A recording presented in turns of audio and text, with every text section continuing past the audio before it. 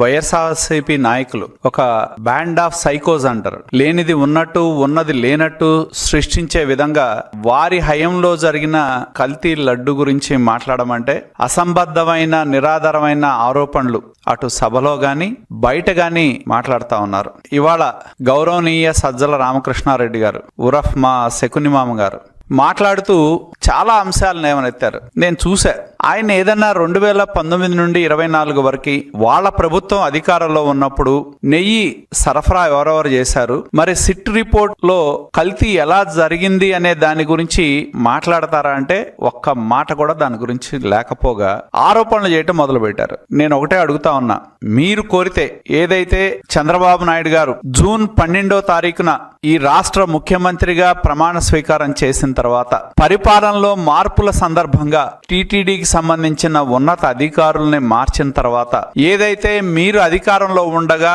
మార్చి నెల టెండర్ పిలిచి ఏఆర్ డైరీకి మీరు నెయ్యి సరఫరా కాంట్రాక్ట్ ని ఎన్నికల సమయంలో మీరు సంబంధించిన వ్యక్తులు చైర్మన్ గా ఉండగా కాంట్రాక్ట్ ఇచ్చారు. అది ప్రభుత్వం మారిన తర్వాత సరఫరాకు వచ్చినప్పుడు ప్రజల నుండి భక్తుల నుండి వచ్చిన నాణ్యత గురించి ఆరోపణలు ఏవైతే ఉన్నాయో వాటిని దృష్టిలో పెట్టుకొని వివిధ ల్యాబ్స్ కి పంపించడం జరిగింది. పంపించిన తర్వాత మొదటి రిపోర్టు స్పష్టంగా సిట్ లో పేర్కొన్న విధంగా, ఎందుకంటే మొన్న చూసా నేను కూడా కౌన్సిల్లో, ఆయన ఎవరో మాట్లాడుతా ఉన్నాడు, పేజీ తిప్పి పేజీ వెనకాల మాట్లాడతాడు.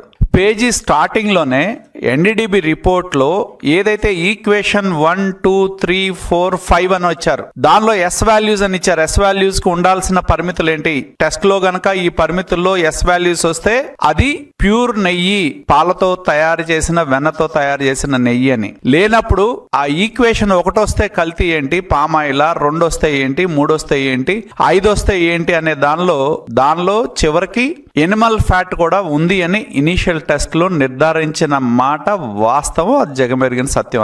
అదే దాన్ని ఎన్డీడీబీ మన సిట్ లో కూడా పేర్కొన్నారు.